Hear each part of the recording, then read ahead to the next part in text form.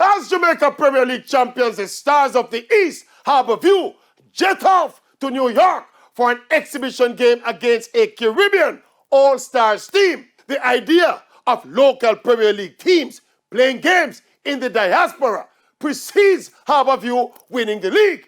And while this trip must be seen as a positive concept to build on, we understand that there are wider ambitions to take actual JPL games into the American cities with big Jamaican populations. So outside of being a reward trip to Harborview for a well-played season and an immediate opportunity for the players to court better professional opportunities, but in the wider scheme of things, this trip should also be used as a test for actual JPL games to be played in places like New York.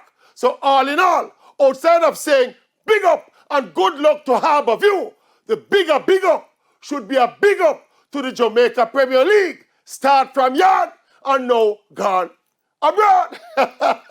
So big up, yes. No, me if big up, no.